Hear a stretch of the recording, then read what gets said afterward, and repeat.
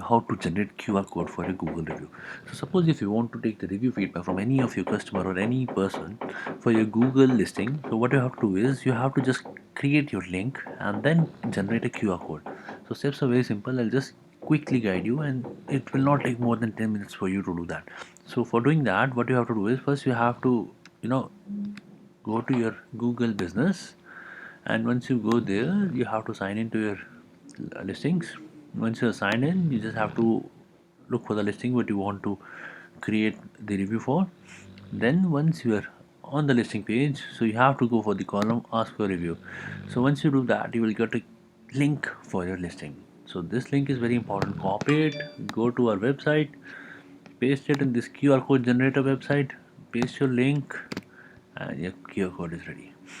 So now some important points. So once you go to the website, so for proceeding ahead, there are a few important points. One is like when you click this link, so it will open the Google business profile.